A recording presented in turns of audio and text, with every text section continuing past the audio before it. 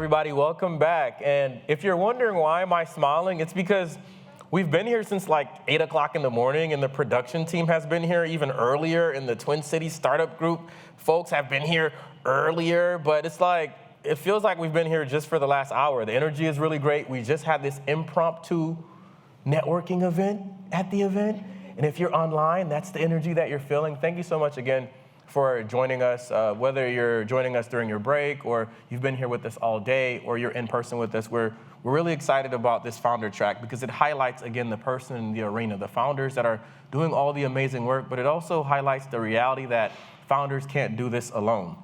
And for this next session, I have a little secret that I'm going to mention at the end of this, so stay tuned for that. But this next session, I'm super excited about. We already took our picture together. We're BFFs now. It's your strategic, really. It's your strategic playbook for growth and execution. So story time, everyone. Vision tells everyone where you are going. So vision tells everyone where you are going. Strategy tells everyone how you will get there. An excellent business growth strategy outlines a unique path that provides its customers truly differentiated value. And it is merging strategy with execution that increases your company's value. The execution aspect, however, is sometimes underestimated. And execution is really what clears the way and puts structures, processes, and capabilities in places to make strategy effective. So you could dream up and have the best idea. If you don't execute, it doesn't matter. Comes in Chelsey Paulson, who's the COO of Keystone Group International. Chelsey has over 15 years of experience, over 15 years in management experience in mid-size, employee-owned technology organizations.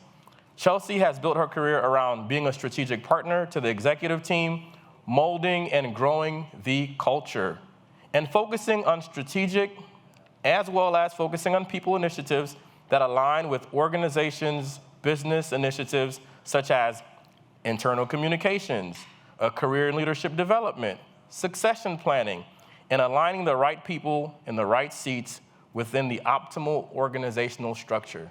So clearly, Chelsey is a phenomenal person, but did you know she was a Golden Gopher? Woo! So I'm sure all the things that I said are super important, but the Golden Gopher one, that's the one that I'm like, okay, let's go for the Golden Gopher one. Please welcome Chelsey Paulson. Thank you. Thank you so much for the warm introduction. Appreciate it. Everyone online, welcome. So happy to have all of you here. What a great event. What a great day. It's sunshiny. It's fall. We're in a football stadium. This is home of the Golden Gophers. Go Gophs. This is my hood right here, right? This is where I went to school. Met my husband here. We have season football tickets. We're coming to homecoming this weekend. So I'm just like, I just love being here. It's so fun. So I just naturally get this high. I don't even need this happy hour. I get this natural buzz just being here. So super excited to be here, excited to meet all of you. And what I want today to be about is how can I help you grow your business? What are you stuck with? What are you trying to accomplish? What obstacles are in your way for success? And how can I help provide you some tools, some resources, some ideas to really get around those obstacles so that you can bring your business to the next level? So what I'm going to do is I'm going to go through kind of the model that we follow. What I do at Keystone Group International is I help small to mid-sized businesses figure out what is your vision. Great, let's have a vision. We need that. But how are we going to get there? How are we going to execute on that vision? How are we going to actually make these things happen and stay on top of the trends and the changes and all the things that are going on, especially in a startup? Things are changing all the time. So we can't just revisit our vision and our strategy once a year, even quarterly. In a startup, we need to really be thinking about where we're headed and how we're going to get there every single month, big picture, But then tactically, every day, every week, we need to be thinking about how are we going to do this? If there's more than one of us, what's the communication process look like? How are we staying on top of all the things that are going on? So I'm going to talk through what our structure looks like to help businesses with that, because there's so many different aspects you can focus on. And without knowing every single one of you and where every single one of your businesses are at, I don't know where you need the assistance. So I'm going to talk high level. If there's at any point that you're like, stop, that's an issue I have, dig into that. Just say so. For all of you online, same thing. Just type it into the chat. If you want to pause, ask a question, have me dig deeper in an area, expand on one of the tools that I'm going to talk about, I would love to do that. So please just raise your hand, shout out, write in the chat, and I'm happy to help out. Because I want this to be beneficial for you so you can walk out of here with something tangible to help bring you to the next level. That's my goal today, is to provide that to you. So let's dig in. A couple of things that I want to do here before we get started. Agenda for what we're going to go over. I want to understand a little bit more about you, about the audience. So I have a little better understanding of who I'm talking to. I want to help you understand me just a little bit more. Talk about a business operating system, a BOS. What is that? How does it help? Why do you need it? What does it consist of? And then how does something like a business operating system help you get growth, help you get the execution that you need to get in order to get that growth. And then, of course, we'll have time for questions and answers throughout, but certainly at the end as well. And I'm happy to stick around afterwards for further conversations if anyone wants to dig in. So about you, and maybe online too, if we can just kind of type into the chat and kind of get an understanding. How many of you are starting your first business? First business. Got about 5, 6 in the audience, 7 in the back there. If you have anything online coming in of first businesses. Anything coming in online? Nothing? How many are on multiple businesses, more than one business? Few? Awesome, that's great. And then how many have more than just yourselves? How many have employees that are working for them? Handful, all right. More than a handful. Okay, excellent. So we have a really good mixture of organizations in the room, startups, different stages, different levels, which is great. So a little bit about me. So the first picture you see is myself and Jamie Tates, who is the CEO and owner of Keystone Group International, where I started working we started partnering and consulting with one another about 2.5, 3 years ago. I joined the team full time about 1.5 years ago and have been absolutely loving it. I come from the world of human resources, so I love all things people and culture. And when I met Jamie, what Keystone is doing is we focus on business growth and business strategy, but we also really focus on the people aspect of it. Because if we don't have the right people in the right seats, focus on the right things, it's very difficult to meet our strategic goals that we have set. So I get to spend a lot of time focusing on people and culture as well. The middle picture is my family. I have 3 kids, 10, 7, and 5. We're a hockey family. Everyone plays hockey, so we spend a lot of time in the hockey arena. So in the summer, that means I'm wearing shorts and a t-shirt, and then I go into the rink, and I pull on my pants, and I put on my jacket, and I put on some socks, and I go back outside, and I take off all those clothes because it's 90 degrees outside. But we love it. It's super, super fun. So why do people call me? What would it be a reason why you would want to call us what I would call myself as a strategic growth guide? Because they're really frustrated because they know they could be doing something better. It seems really difficult what they're doing, takes a lot of time, a lot of effort, and it seems like it should be a lot more simplistic. Or they want to be a category of one. They want to differentiate themselves, but they're not quite sure how to make that happen. Or the third reason why people would call me is because they want to level up. They know that there's more, they know their business can go to the next level, but they feel like they're stuck or they kind of hit a ceiling, and how do we break through that ceiling to get to the next level? So my journey, my entire career has been helping people grow. Individuals grow, teams grow, businesses grow. I'm all about growth and really a growth mindset, and continuous improvement, continuous learning, I think is key for any type of growth that you're looking for. Experience, I have experience all over the board with different size organizations, different industries, a lot of technology firms, just because that's what my background is.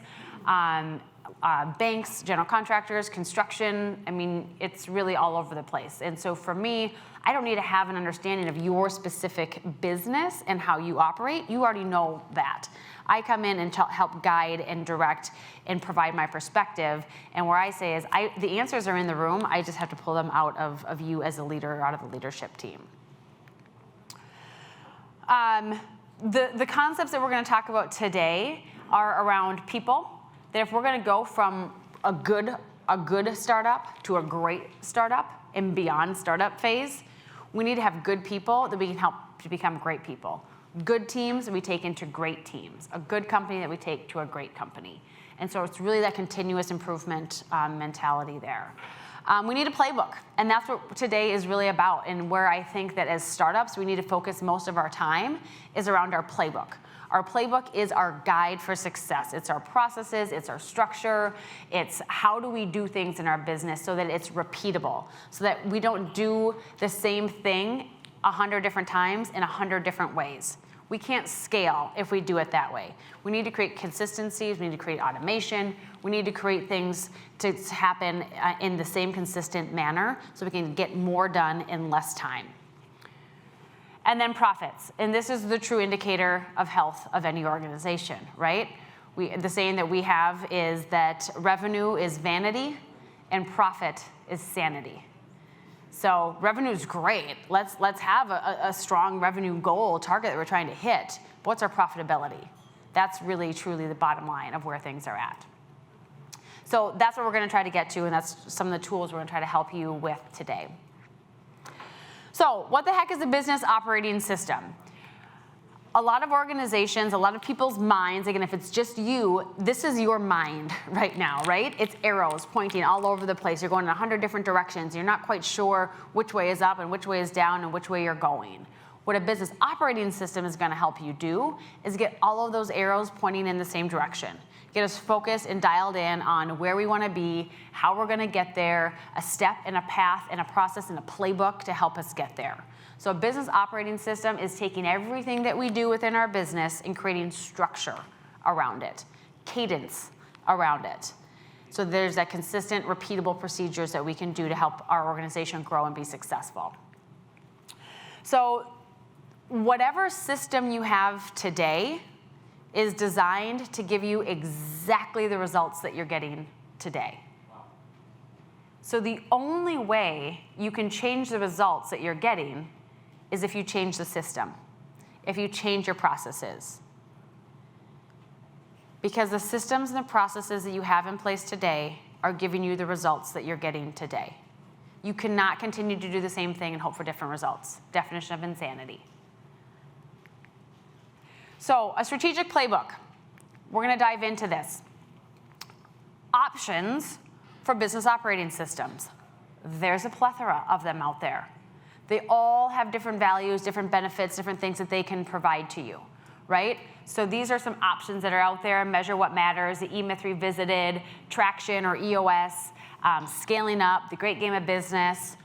All really great operating systems in their own way, shape, and form. So this is a document that goes over the various business, kind of the major business operating systems that are out there. And the red dots are what those systems do really, really well. The black dots are things that they do good. The light gray are things that they do okay. And then if it's blank, they don't really do that at all. So what you can see by this, I know you can't read the words and you don't need to read the words. The point is that there's not one system that's going to give you everything that your organization needs, because every organization is different, in a different stage, different experiences and backgrounds and so forth. So what the approach that I take is what do you need? I will pull from the different business operating systems and create a path that makes the most sense for you. And that's what I want to do today, is I'm going to give you options, I'm going to give you ideas and give you thoughts of what that could look like, and hopefully give you some ideas to take back with you that make sense for you. So it's not a cookie cutter approach, it's a very customized approach to make it work for you. So a business operating system, some of the things that are on this list, I know you can't read, some of the things that are on this list are getting the right people in the right seats, creating processes and accountability for processes, strategy, planning, execution, creating scoreboards or scorecards to help us know where we're at with our different metrics.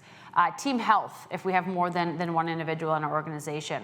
Profitability, leadership development. So there's a lot of different aspects that really make up a business operating system.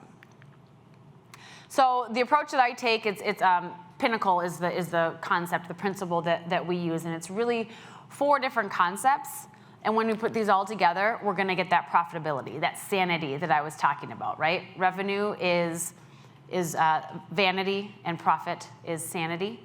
So how do we get to sanity? How we do that is by focusing on our people, having a clear, defined purpose and vision for our organization, having a strong playbook that tells us the rules of the road, how we're going to get there, our processes that we have, and then performance.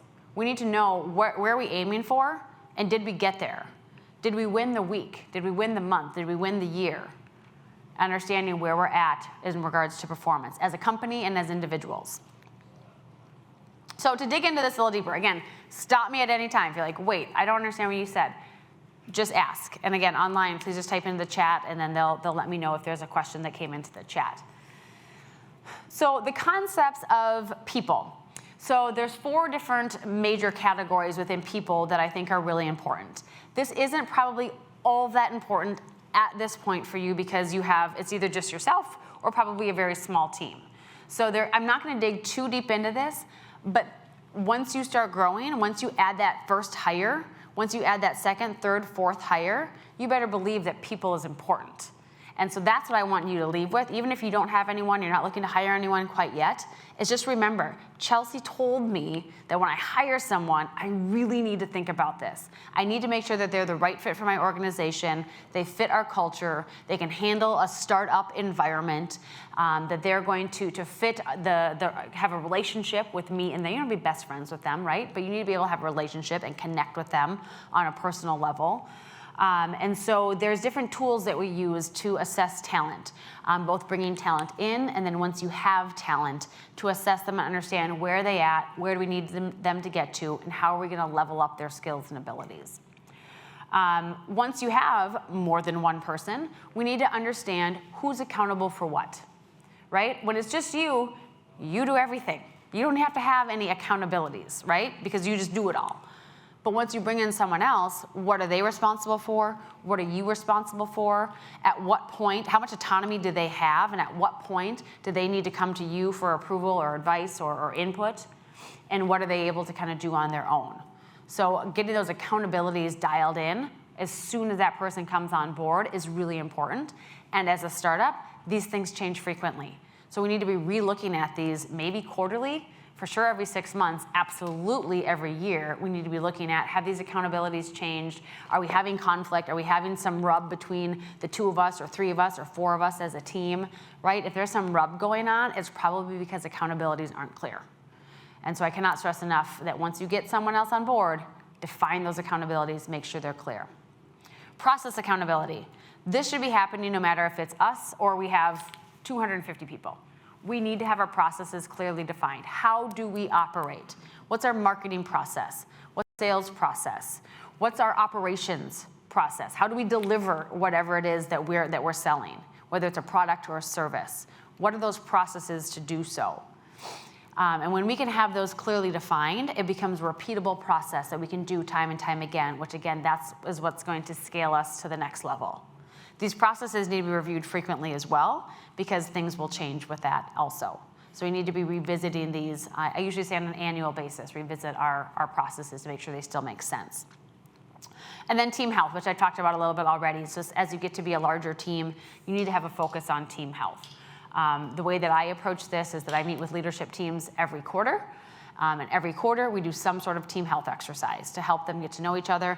I have a client down in Sioux City, Iowa, and everyone was crying around the table. We did the end of a session, and it's like I was the only female in the room. It was a bunch of guys, mid-30s to mid-60s, and every single one of them at one point was crying when we were doing our team health exercise. So it's just like bonding, good, open up, vulnerability, really dig in, get to know one another. And when you feel that comfortable with someone, you trust someone to that level that you can cry in front of them, you bet your bottom dollar your business is going to be better because of it. You're going to be more successful because of that. So just to give an example, what some tools might look like if you were to do a talent assessment, for example, is we're going to look at our individuals. We're going to rate them on, are they a culture fit? What's their productivity level? We're going to plot them on a chart and figure out, are you an A, B, or C player? And if you're not an A player, how do you get them up to that A player and kind of work through that? On the functional accountability chart, listing out what are the different functions in the organization. And then what are they accountable for? What are some metrics that we can hold them to? That makes clear accountabilities for that individual. So moving on to purpose. This, I would say, is very, very important for a startup to be thinking about now.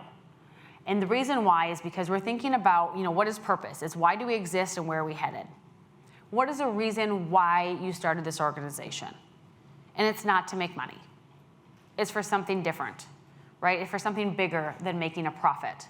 Profits are going to come. That'll happen. We'll make money. But why are we doing this? Why do we get out of bed every day and think that this is important? This is something that we want to be doing. So that's our purpose of why do we exist. Then what's our strategy? Where are we trying to get to? And when we say our pinnacle, what's the pinnacle of your mountain that you're trying to climb to? What's your kind of guiding North Star that's keeping you going? And when you are clear on that vision and where you're going and the reason why you exist, that becomes your best and greatest recruiting tool. When you can bring someone in and say, here's what I'm doing, here's why I'm doing it, here's my North Star of where I'm headed every single day to try to get to this point, you will attract the right people who want to come into your organization and help you get to that pinnacle. Someone who's going to climb that mountain with you, sit through base camp with you, do the overnights and the summits with you, and really get you to that next level that you're trying to get to. But if you're not clear about where you're going and how you're going to get there, it's very difficult to share that vision and for someone else to live that vision and to strive for that vision as well when you're not clear on it on your own.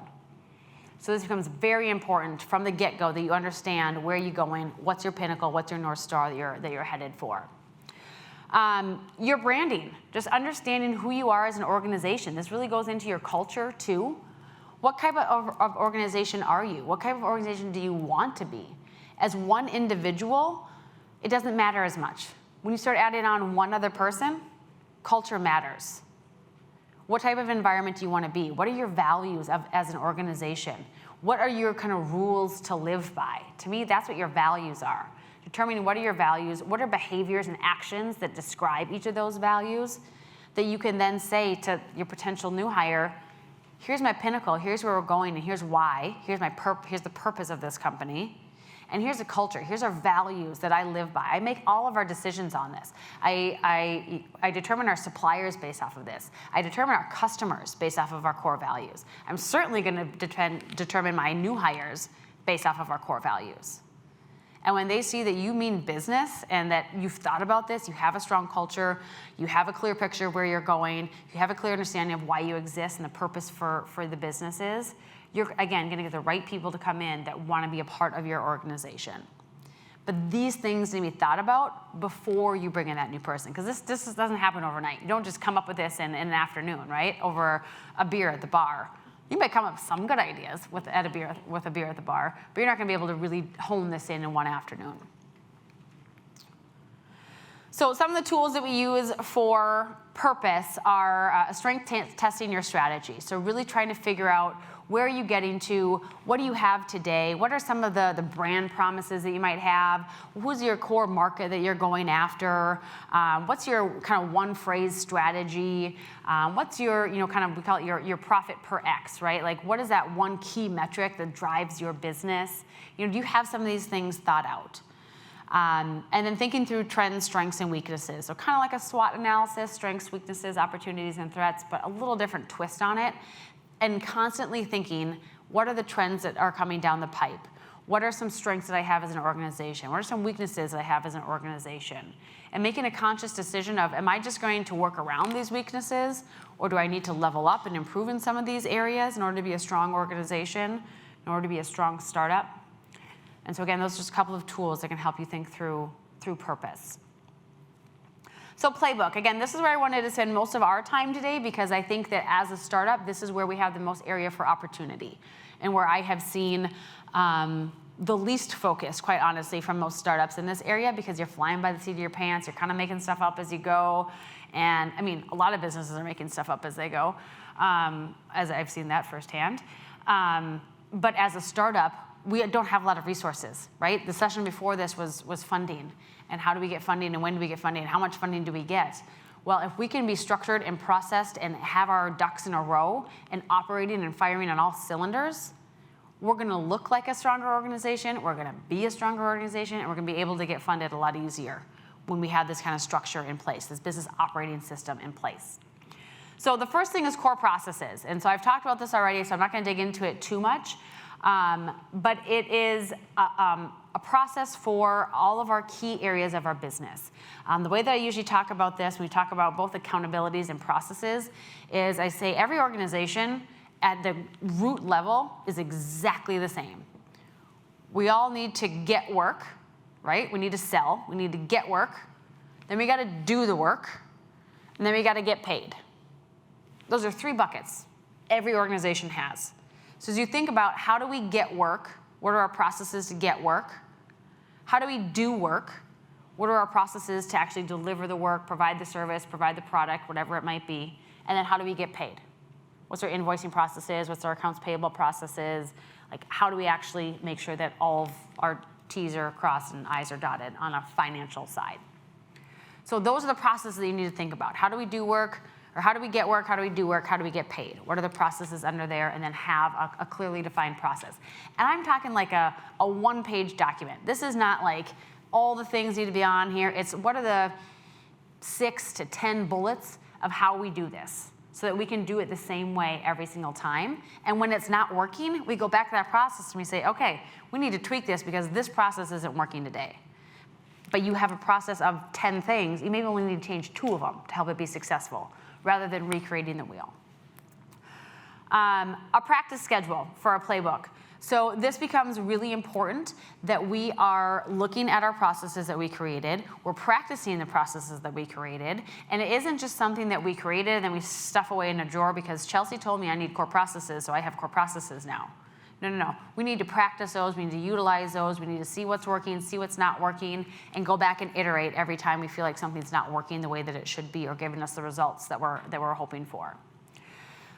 Meeting structures, we are going to spend some time talking about this, and fast rocks. We're going to spend a lot more time talking about this because I think these are the 2 most beneficial tools that you can implement as a business owner, as a startup, to really help your business succeed. So if you don't have handouts, they're on the back chairs there. And then for those who are online, the handouts are going to be posted into the chat.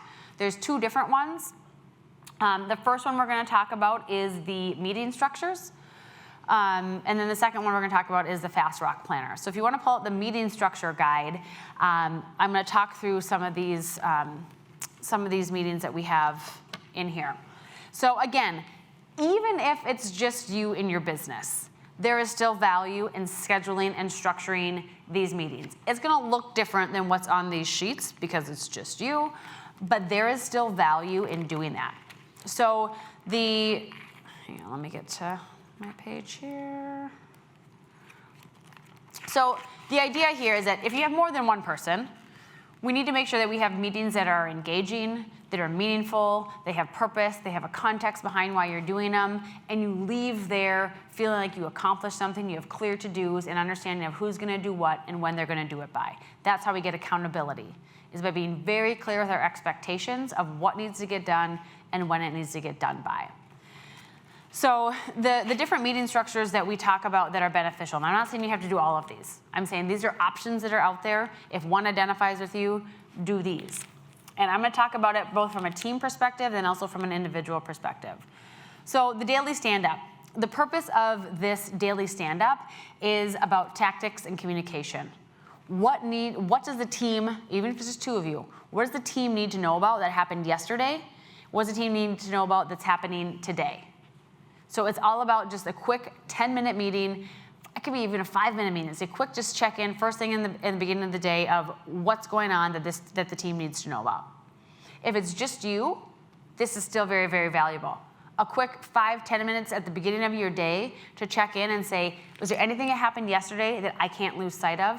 Is there anything today that I need to make sure that I am preparing for, right? So it's really setting your day up for success. And then there's an agenda in there of what that could look like if it is with a team. The second one, and I think this is one of the most powerful meetings, is the weekly tactical meeting. And so with a weekly tactical meeting, this is for our team setting, I'll talk about first. The purpose of this weekly tactical meeting is to really focus on what are the priorities of the organization, are we moving these forward, and really discussing any big issues or ideas or thoughts that are coming up from the team that need to be discussed as a team. And so the point of having either the stand-up or the tactical meetings is so that you have a standing meeting. So it's the same day of every week. So it's, for example, it's Tuesday at 8:30. Every Tuesday at 8:30, we're going to have this weekly tactical meeting. We know we're going to get together. We're going to talk about our key metrics in the organization that we've decided we need to be looking at every single week. We're going to talk about our rocks, which we're going to talk about here in just a second. But what are our kind of monthly rocks, our monthly goals that we have set as a team, and how are we doing? How are we working towards those rocks? And what obstacles are in our way for success there? Anything that happened from a team level, from a customer level that the team needs to know about. And then most of the session of that meeting is really spent talking about any issues, any ideas, any thoughts that might have came up from the team, and really working through those and solving for those. The reason why this is so important for a startup to do is because things are changing frequently. We have different ideas coming. We're not quite sure. We have maybe a North Star of where we're heading, but it becomes very unclear sometimes on a day-to-day basis. What are we doing next to keep working towards that North Star? And so if we can meet every week for an hour to 60 to 90 minutes to really talk through these things and hash out some issues and hash out some ideas that might be going on, we'll be able to solve things a lot quicker, move things forward a lot faster, and really start to see some success. And when you leave these meetings, you're going to have a list of who's going to do what and when are they going to do it by, right? And then in the next meeting, you're going to go through that list. Okay, last week we talked about you were going to do this. Did you do this? Did you not do this? Right? That's built-in accountability right there. So again, once you have at least 2 people, I'd recommend starting these weekly tactical meetings. This agenda is a suggested agenda. You can change this however you would like, but the real value is just focusing on the key things that matter. So what are our metrics that we want to focus on? What are our I would say, monthly goals that you should be focusing on? And then what are issues, ideas that we need to be talking about? So now if you're doing this just as an individual, same concept, schedule this in your calendar, same day of the week, every single week at the same time. You go through the same thing, but it's by yourself, right? Maybe you can get a trusted advisor, a mentor, a friend, a spouse, somebody to pop into these meetings with you every once in a while so you have someone to bounce ideas off of and kind of think things through.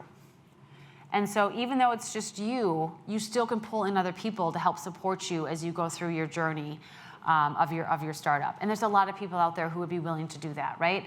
You pick a different person, maybe twice a month you have someone come in and sit in on your meeting. It can be a different person each time. You'll get different perspectives, different ideas, someone to bounce those ideas off of. So it really can be somewhat of the same process. You're probably not going to give them any to-dos as you come out of that meeting. You're probably going to have all the to-dos, but this is a great methodology to keep track of what did you want to accomplish, when are you going to get it done by, and make sure it's documented so you can go back to that next week when you come back into this meeting. You say, oh yeah, I was going to do that last week. I totally forgot about it. And then you can come back and do it. Side note, one of my favorite productivity tools that I've started using is called Todoist. Anyone use Todoist? It is an awesome app that you can get. It's an app you can do on your computer. You can do it on your phone. It syncs all together, and you can add on to-dos. You can put future to-dos. You can put to-dos that are due the next day. You can put to-dos that are due that day. You can set due dates for them. It's super easy, super user-friendly, and if you have teams, you can share it with others, or I even use it for a grocery list with my husband. And so I'll have one list that's a grocery list. I share it with my husband. We can add things to it. We can check things off when we bought them, whatever. So multiple uses for it. So that's a side note that's one of my favorite kind of productivity tools that I've been using. So those are the meeting structures. The last one that I will mention is the financial and rock accountability. This, again, it works if you're an individual, single person startup, or if you have more than one person.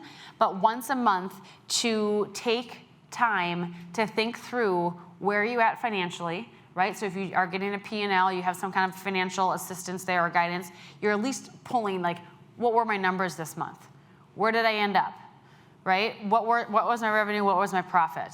How many widgets did I sell last month?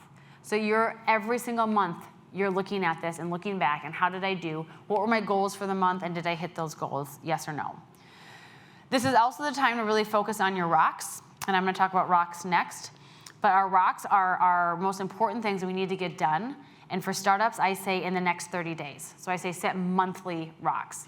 With larger organizations, more established organizations, I say set these rocks for 90 days because things move as quickly. We have more built-in accountabilities and teams and things like that. So for startups, I say use a month to set rocks goals for the month. And so this is your opportunity to step back and say, okay, how did I do on those rocks? Did I get them done? Do they need to transfer over to the next month? Do I need to set new rocks? And if so, what are those going to be? So again, this can be by yourself or this can be with a team.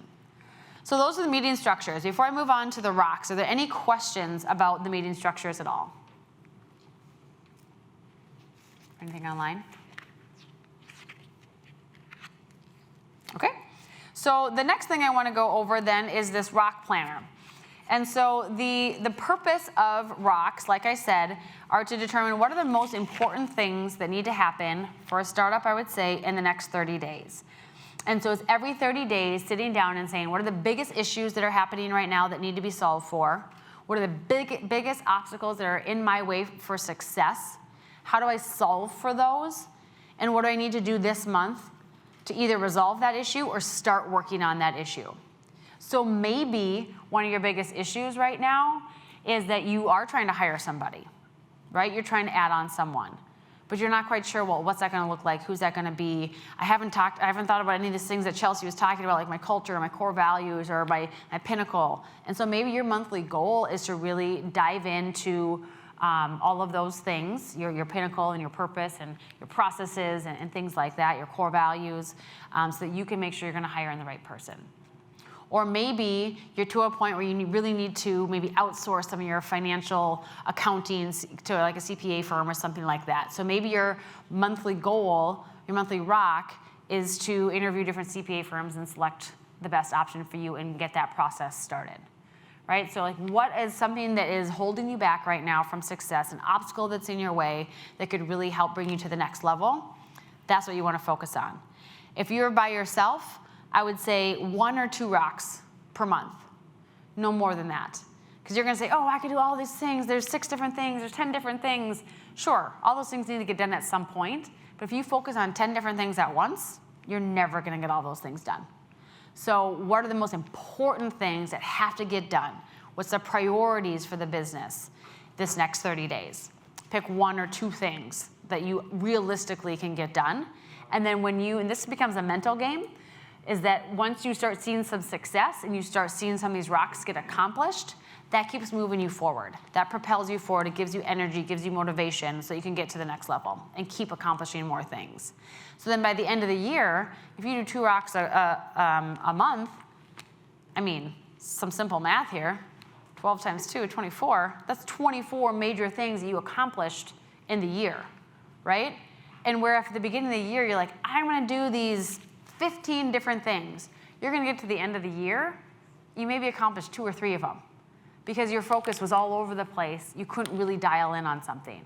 And so the concept of rocks is that if you take a glass jar and you start filling it in first with sand, right? So it's the emails that come in, it's the calls that come in, it's the distractions that come in, it's the unforeseen things, it's all of these things that just get poured into the glass. There's no room for the really big things that really make an impact and really are gonna move the needle. Whereas if you take that glass jar and you first put in the rocks, you first put in what are these major things that I'm trying to solve for this month, you focus on those first. You set aside time on your calendar every week, every other day, whatever it might be, to focus on these rocks and get those things done. And then you can pour in the sand, the pebbles, the water, and all the other things, and then it all magically fits into the jar. But we first need to determine what are the most important things we're going to focus on this month. And then we need to make sure that we're actually going to spend time focusing on those. We make them a priority. We set aside time in our calendars that we actually have the time to do it, and we make it a priority and make sure that they happen. So that's the concept of rocks. So I use, I'm sure you've heard of SMART rocks, specific, measurable, attainable, realistic, and time-bound.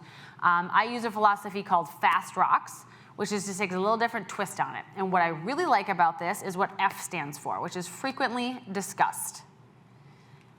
We hold ourselves accountable to rocks when we think about them and we look at them and we talk about them frequently. If we set a rock and then we don't talk about it again, we set a rock on October 1st and we don't think about it again until October 30th, 31st, is anything going to happen with that rock? Nope.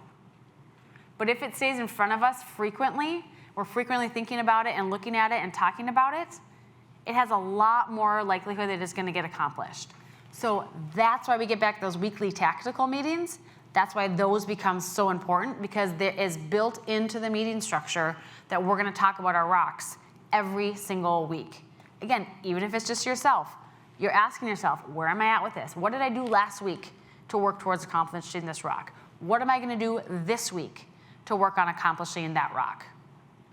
So that becomes a key fundamental piece of any business, that we need to have these goals identified and we need to keep them top of mind and in front of us so that we're continuously working towards them. So that's F, is frequently discussed. They're ambitious. They need to be something that's a little bigger than just a task, right? It's not something that can be done in a couple of hours, 3 hours. That's not a rock, right? A rock is something that's substantial. It's heavy. It's going to take some heavy lifting to kind of move that boulder down or up the hill in a lot of situations. So it needs to be ambitious. It needs to be specific. You need to know what done looks like. So if you get to the end of October, you're not thinking back to, well, I think I got this done. I don't really remember exactly what I was trying to accomplish with this goal or with this rock. We don't want to be there. We want to know very clearly, what do we want to get done? And the question I always ask is, what does good look like with this rock? So when you're setting this rock and you're determining this rock, that's where this fast rock planner comes into play, is you're really going to think through, what is this rock? What is the title of this rock? What is the purpose of this rock? What does good look like? And what are the steps that I need to take in order to get there? So when it's specific, you'll know if you actually hit those rocks or not. Yeah? What does segmentation look like in that? Like if you have a main goal that you need to break down because it won't be completed in 1 month or something like that. Yeah, great question. Can you say that real quick? Repeat it, yeah. For the live stream? Yeah. What does segmentation look like in that? If you have a goal that you can't meet in 1 month or even 2 months, how do you break it down into that plan? Yeah. So if it's a larger rock like that, I would maybe even just say it's a quarterly rock then, if it is something that is truly that big. And then I would break it down the same way. And so you can see, there's different steps along the way here in our rock planner and what's the date that it's due by. You just need to think, okay, and sometimes we don't know what all the steps are going to be. And so sometimes it makes sense, okay, let's take this bigger rock and let's chunk it down into the first month. What do I need to get done, okay? Once you get to the end of that, step back and say, okay, here's where we're going with this, what I need to do this next month. And just plan it 1 month at a time. So that's one option. Or you just take it, you're like, I know what done looks like, and I know the steps to get there, but it's going to take 3 months. Well, then your dates on here are you could add to this, right? There's only like 5 or 6 steps on here, but you could add to this and make it 10 or 15 steps, right? So I'm doing 3 or 4 things every month instead of maybe 2 things. Does that help? Yeah. Awesome. And then the last thing on FAST is transparent. And this again is you could do either if it's just an individual or as a team. So if you have a team, everyone on the team needs to know who has what rocks for that month. We need to be very transparent about what they are, what done looks like, and how we're going to get there. And when everyone on the team knows what those are, then that's going to be another accountability measure for each of us as well. And then, of course, you're going to be talking about them every week at your tactical meeting as well. Now, if it's just you, who can you tell? Who can you share one of your rocks with, right? This is like if you're going to go on a diet. If you don't tell anybody you're on a diet, nobody knows if you're cheating. But if you tell everyone under the sun, I'm on this diet, I'm not drinking, I'm not eating gluten, I'm not, whatever it might be, then everyone knows, and they're gonna hold you accountable to it. So same thing with your rocks, right? It can just be something small. It can be a conversation. You're supposed to say, hey, I just want to let you know, I'm working on this thing. I really want to get it done. I'd appreciate if at the end of the month you checked in and just said, how'd you do on that? How'd you do on that rock that you set? So again, you can find these accountability partners outside of your organization, outside of your own startup, if you truly want to. So if you look at the Fast Rock Planner, it's pretty self-explanatory, but the value in doing this is that it's written down. When you write something down, it has a lot more likelihood that it's going to happen. What I tell my teams, I have zero science behind this, but this is just truly how I feel and what I've seen, is that if you fill out a rock planner like this that has describing what the rock is, how you're going to get it done, why it's important, the resources you're going to need for completion, if you write this rock down, it's a 90% chance that you're actually going to complete that rock. Again, there's zero science behind that. I made that number up, but that's just what I see. When people really use these things, it really does help move the needle forward and holds themselves accountable to making sure it happens. So is there any other questions on rocks? Anything online or in person? Okay. So the last concept I want to talk about is performance. And so this can be applicable for some of you, and for some of you it might not be. So I'll go through it somewhat quickly and then stop me if you have questions. Scoreboard. We go to a game. I should have had Gophers on here. We go to a Gopher football game. I come to homecoming this weekend. If that scoreboard's not working, what quarter are we in? What's the score? Who has a ball? You have no idea what's going on, right? We're blind to what's happening around us and to what's going on in the game and who's winning, who's losing. Is it a close game? Who knows, right? If there's not a scoreboard. So as an organization, we need to have our own scoreboard. What are the metrics that matter? Handful of numbers. Super simplistic, right? What are the numbers that matter? These numbers are going to change. These numbers aren't always going to be the same. But what are the handful of numbers that help drive our business that we need to be looking at regularly? Is it number of widgets sold? Is it number of demonstrations that we gave? Is it revenue? Is it profitability? Is it our margin? Is it, what is it that really matters to our organization, and making sure we're tracking that? And I say tracking these things on a weekly basis. What can we track on a weekly basis? Maybe it's a monthly basis to start off with. But what are those handful of numbers that really matter to your business and keeping track of those?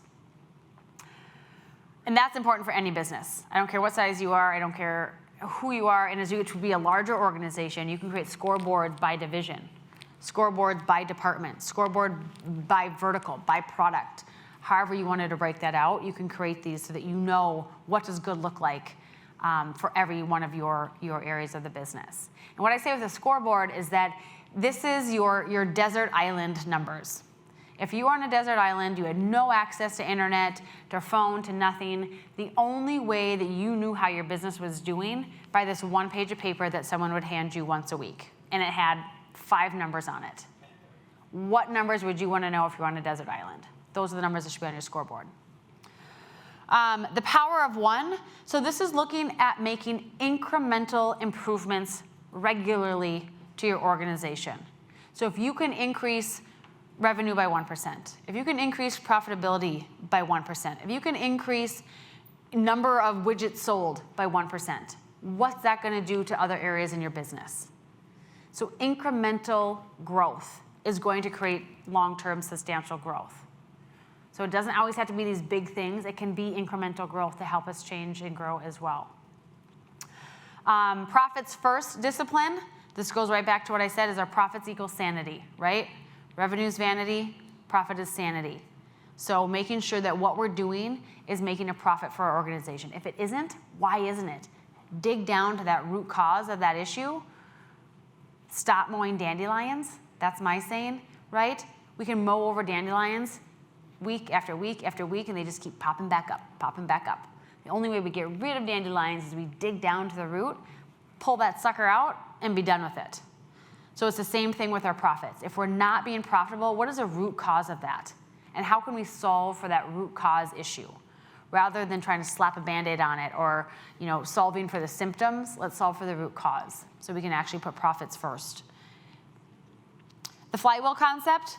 So this is a Good to Great Jim Collins concept of how do you keep your business moving at a much easier pace. What do you need to do to get your business going, to move things forward so that it starts going on its own?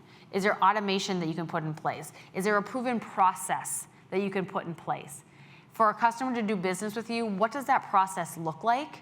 What is your proven way of doing business and moving them through the process?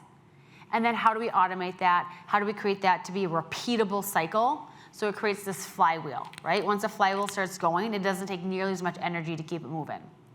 So that's the flywheel concept. One other thing I wanted to talk about is creating a 2-page strategic plan. So a lot of businesses, they have all of these big ideas, and they maybe have like this consultant come in, they end up with an 80-page strategic plan, right? That goes to the bottom of the drawer. You don't look at again until the next year when you go back to your strategic planning session. So let's create a 2-page strategic plan that talks about the things that really matter. And I'm happy, I didn't bring copies of these, but I'm happy if you wanted to leave a business card or whatnot, I'm happy to send this to you. It's fillable, and that you could write these things in. But it has things like, what is our purpose? Why do we exist? What are our core values? What is our pinnacle that we're aiming for, that we're trying to get to? What are our goals for this year? What are our quarterly rocks or monthly rocks that we set? What is our, I talked about that profit per X, right? What is our profit per X? What are some of our metrics, our scoreboard metrics that we want to keep track of? So when this is all in one place, and we can just pull out this 2-page document and look at this every month, it keeps things top of mind and really important things like why we exist and our core values and our purpose and our pinnacle, right? It keeps that big picture vision front of mind, but it also has the tactical things on there. What goals are we accomplishing this year? What rocks are we accomplishing this month? And so this would be something you'd pull out, again, every single month and update your rocks on this sheet. So you would constantly be updating and tweaking this. So the way that I approach this, and this is something you can do completely on your own, is to take some time at the beginning for what we call our base camp. Take some time to really think through based off of what I talked about today, what are things that could really be impactful for you, could help you grow, and set aside some time to really think through those things. Maybe it's the 2-page strategic plan. Maybe it's a scoreboard. Maybe it's your pinnacle and your purpose and your core values. Whatever it is that you feel would be beneficial to help your organization, set aside some time for base camp, to sit back and plan and prepare for your climb up the mountain. And then as startups, like I said, I recommend instead of doing quarterly, I normally do quarterlies with larger organizations and monthlies with smaller organizations. Every month, make sure you stop and you take that lookout, right? As you get up the mountain, you need to stop and look around every once in a while. That's our monthly lookout. And then at the end of every year, reset. Look back, how did I do over this last year? What am I going to focus on this next year? And reset. Is my vision still, is my pinnacle, my vision, my purpose, my core values, am I still aligned with those? Am I still following those? What are my annual goals going to be, and what are my quarterly or my monthly rocks going to be? And then you just get into this cadence of doing this. And you start to plan on your 2-page strategic plan. You have your 1-year goals, you have some 3 to 5 year milestones, and so you just keep plugging away one month, 1 quarter, 1 year at a time, working towards these 3 to 5 year milestones that's working towards your pinnacle. For the pinnacle, often people say, well, do you have a year? Should you put a date on that? You can. Some people say 10 years out, 15 years out. Some people just say, this is where I'm headed. I'll get there when I get there. I'm going to keep working at it every month, every year. So it really becomes a personal opinion for you for however you want to do that. So I want to take you on a quick journey. We're about to wrap up here. So just to visualize your business. Visualize where you're at today. Visualize where you think that your business could be. What do you think you could do with it? Big picture. If money wasn't an object, if time wasn't a concern, if resources weren't a concern, if you really wanted to grow your business, you maybe wanted to 10x your business, 20x your business, whatever that might be. what would that look like? The only way that we can get there is to step back and plan for it. It's not going to happen just because we want it to happen. It's not going to happen just because we visualize it to happen. Visualization is a very important part of the process, but that alone is not going to get you there. So we need to set our businesses up for success. We need a framework, we need a structure to work off of in order to help bring our businesses to the next level, no matter what those goals are. Maybe your goal is to stay a solopreneur and not grow a team. Great, but still, where are you trying to get to? What's your purpose of doing this, right? So we need to be thinking about these things to help drive us and keep our motivation and keep us moving forward. What questions do you have for me? Or thoughts or comments or anything? Yeah, oh, hang on one second, we got a microphone.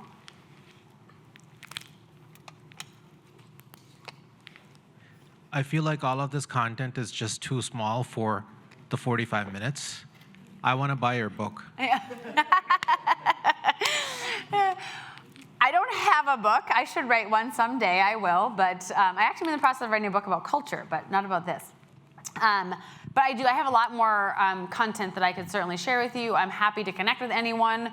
You know, one of the things I was going to offer at the end is if you want to do a free 30-minute consult, I'm happy to sit down with any one of you over Zoom or in person or whatever and just talk through what are your major obstacles that you're trying to overcome, and can I provide you and kind of walk you through a tool and how you can maybe utilize that. So I'm happy for any one of you online, in person, I'm happy to provide that for anyone, because like I said, I want to help you overcome obstacles.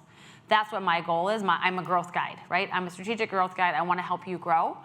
And I believe in giving first, and I want to give and help provide. So I'm happy to connect with you and do that. Yeah. Anything else? Anything online? No? Okay. Well, thank you so much, everyone, for coming. It was really great to be here. Again, great to be in the Gopher Stadium. Thank you to Twin City Startup Week and Beta. This has been an awesome week full of fun events and a ton of work put in by a ton of different people. So round of applause for Twin City Startup and Beta. Don't leave yet, Chelsey. Hold tight. All righty, so I'm still taking notes. Sorry, you see my notes glasses on.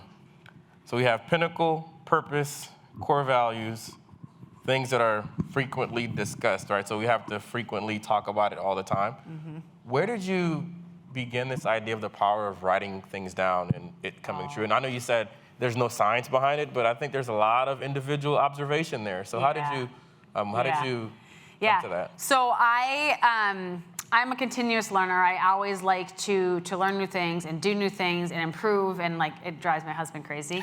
I mean, to the point where he's like, oh, this meal was great, but we'll never have it again because you always have to make things better and do things differently. That sounds just like him, by the way. Yeah, right? So anyway, as I learn things, as I do different things, I'm very goal-oriented. And so as I set goals, what I have just found personally is that if I write them down, I put them on the fridge, I share them with my husband, I do something, personal goals, right? I just saw that I was accomplishing those a lot more. And so then as part of a team, as part of a leadership team in my previous organization, this became a practice that I just said, we need to start writing these things down. And we just started seeing that writing them down in just like big concept is great, but writing them down with specifically how are we going to go about this and what are the steps to get there, that just takes it to a whole nother level. Okay. Well, thank you so much. I know you learned something in this session. I know you've learned something today.